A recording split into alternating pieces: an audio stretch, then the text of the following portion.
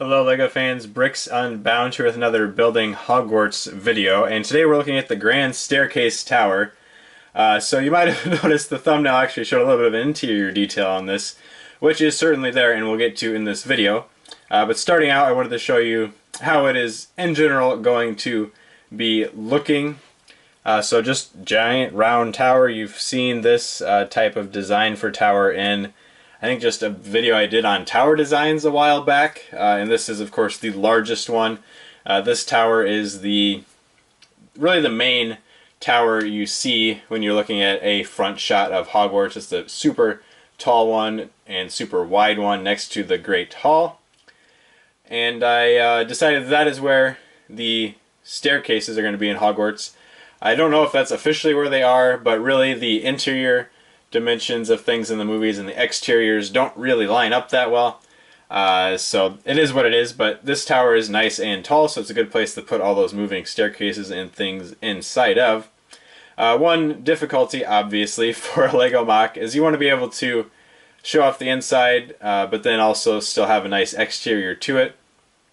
So what I'm doing for that is just making it so the exterior is removable, essentially. And I'm not sure how well this will work once the tower gets taller.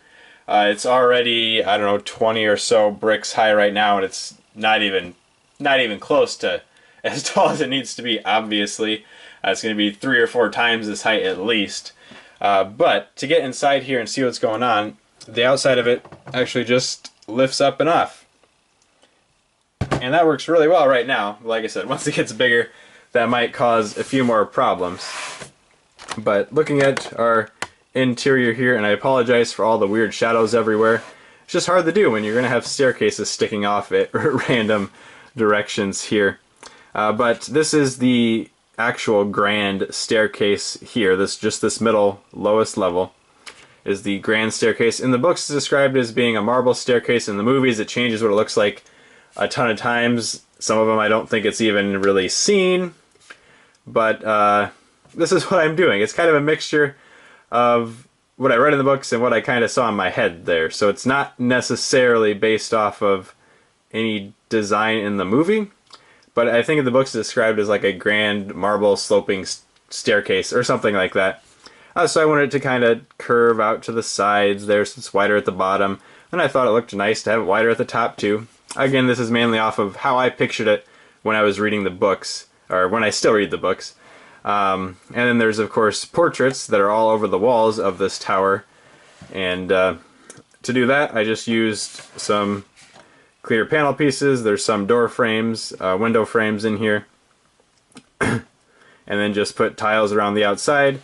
I didn't have enough of the reddish brown tiles really to get all of them covered, so you can see I'm missing some. I don't know how I didn't have more than like a handful of those, but I ordered some more on Bricklink, so I will be getting them, or maybe I ordered them from LEGO. Either way, hopefully in a few weeks I'll end up with them and can actually get some of this tiled up better. But it does let you see kind of how I did it. So I used these fairly new 1 2/3 tall bricks that have 2 studs on one side, because that lets you actually make the window frames, or the tiles for the frames here, be able to go flush up against each other, which you couldn't really do with the old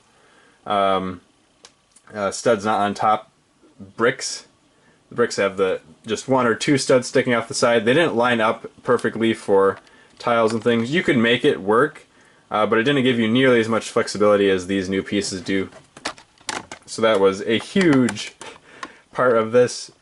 I can't remember the original place I saw this type of thing done, but I know that Alice Finch's Hogwarts, that's what she used for her design, is the clear windows looking onto minifigs, which works pretty well. It gives you a lot more ability to have detail in there because the minifigs have prints on them, and it looks really nice.